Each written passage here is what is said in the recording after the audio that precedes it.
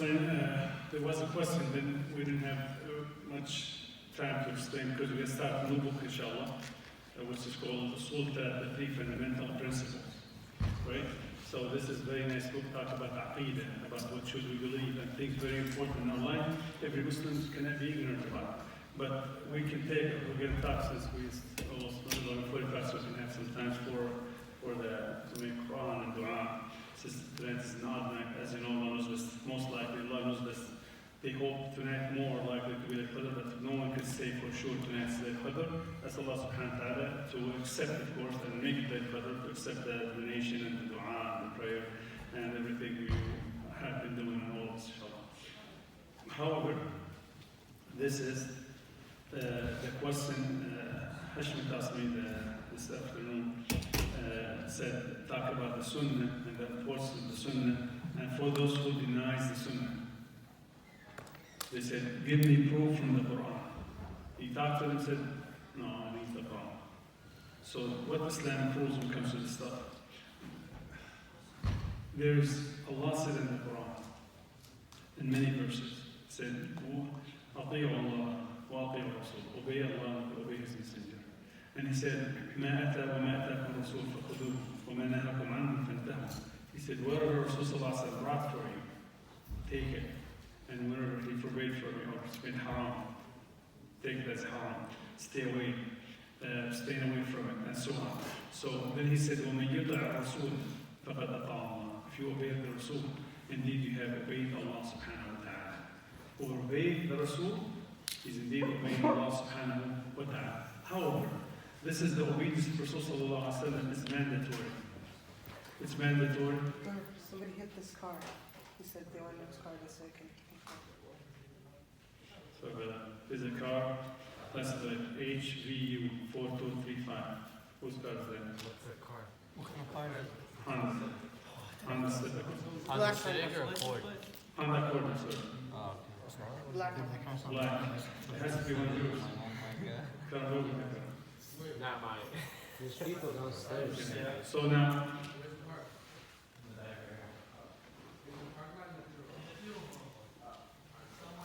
the funeral home. Did you park in the funeral home?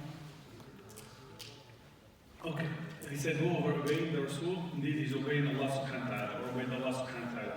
So the obedience to Rasul sallallahu alaihi wasallam is obedience to Allah subhanahu wa ta'ala. It's a command from Allah subhanahu wa ta'ala to obey Allah subhanahu to obey the Rasul sallallahu alaihi wasallam. Now, said, they said, give me proof from the Quran, this is right. Or what you're saying is true. Okay. The question is that Imam Awza'i, one of the great Imams, said, the Quran need for the Sunnah more than the Sunnah to the Quran. Because the Sunnah explains the Quran. Okay. If someone told you, give me a proof from the Quran, otherwise I will take it. Tell them, show me in the Quran, how many rak'ah salat al-dhuhr? How many rak'ah salat al-asr? Or maghrib or isha or fajr? There's no such a thing. Allah said in the Quran, waqim salat, establish salat. But never said, how many rak'ah? Never said, how should we make salat in the Quran? And the people discriminate between Quran and the Sunnah. They're all from Allah. Allah said in the Quran, the time Rasul said, قُلْ إِنَّمَا أَنَا بَشَرٌ مِثْلُكُمْ. I'm a human being like you. But he said, but Allah reveals to me. Rasul as we have mentioned, he's a human, he eats and drinks and gets married and gets sick and dies and so on. And he died. But he's chosen, definitely. He gets revelation. He's the best man and so on. But he is a messenger of Allah subhanahu wa ta'ala. And he gets revelation from Allah subhanahu wa ta'ala. However, wherever he gets the sunnah, what the difference between this and that? Rasulullah told us this is the Quran and this is hadith. How did they know this is the Quran without Rasulullah? He didn't tell us this is the Quran, right? And he said this is a hadith. This is the one of Allah, this is His word. But His word also revealed by Allah through Jibreel from Allah subhanahu wa ta'ala. So otherwise, how would you know? Second, so Allah said in the Quran, أَقِيمُوا الصَّلَاةِ, establish salah, وَآتُوا الزَّكَاةِ, and give zakah. So salah, we know we cannot do salah, we don't have the sunnah. For those, how do you pray? Where did you learn your salah from? for the one who denies sunnah. Beside the severity of that, we can talk about how severe that is. So how dangerous to say, I don't believe in sunnah or this from the Quran only. The zakat is the first pillar of Islam. First pillar of Islam, which the second pillar of Islam is salah. We cannot practice salah without the sunnah. How do you know the tahiyyat? How do you know what to say ruku? How to say when you get up? How to say the tashahhud? Everything. None of that stuff. How many sajda? How many ruku? None of that stuff. Zakat. Allah said in many verses in the Quran, "Aqimu as-salah wa atu az-zakat." Give the zakat. They said 83 ayat talk about zakat. But none of them knows the percentage of zakat. How much should we give from zakat? Say give zakat. How much? Without the sunnah. So this second pillar of Islam, you don't know. There's, if you have a farm, different zakat. If you have a gold, there's the zakat. There's the farm water with the rain, different if you pay money for the water, and so on. If you have sheep, camels, the cows, they have zakat. None of that stuff mentioned in the Quran. The Hajj, we know, okay, Hajj, fine. Al-Hajj ashhur ma'lumat. The month has known. When are they? What months are they? What day of the year? What day of the month? When should we be there? When should we go there without the Sunnah versus Allah? So these pillars of Islam cannot be done without the Sunnah. So all this, it is impossible to worship Allah subhanahu wa ta'ala without applying the Sunnah to your life, without understanding and believing the Sunnah. Besides, the one who denies the Sunnah, he's a kafir. Because you deny half the deen. You're rejecting half your religion.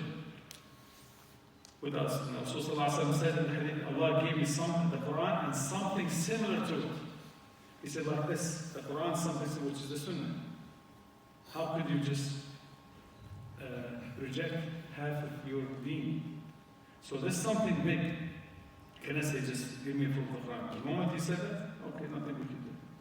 And this ayat was explained by the Rasulullah in the Quran. He explained the ayat himself. Also he denied.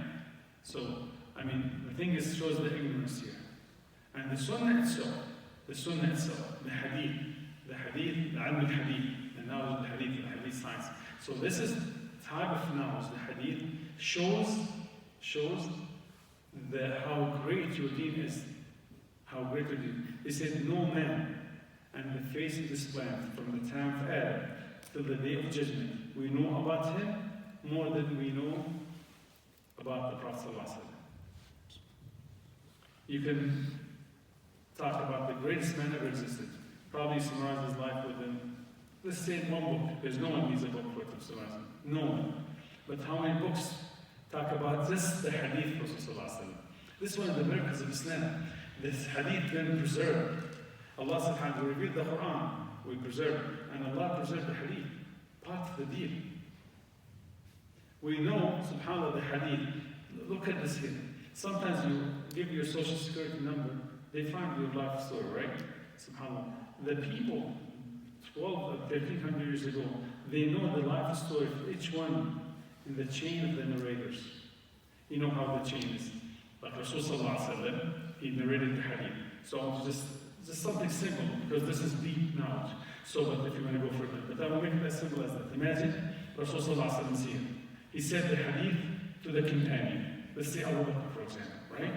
Or Umar. Then Umar said it to the next person, which is from Tabi'in, the next generation. Then that person said it to this person.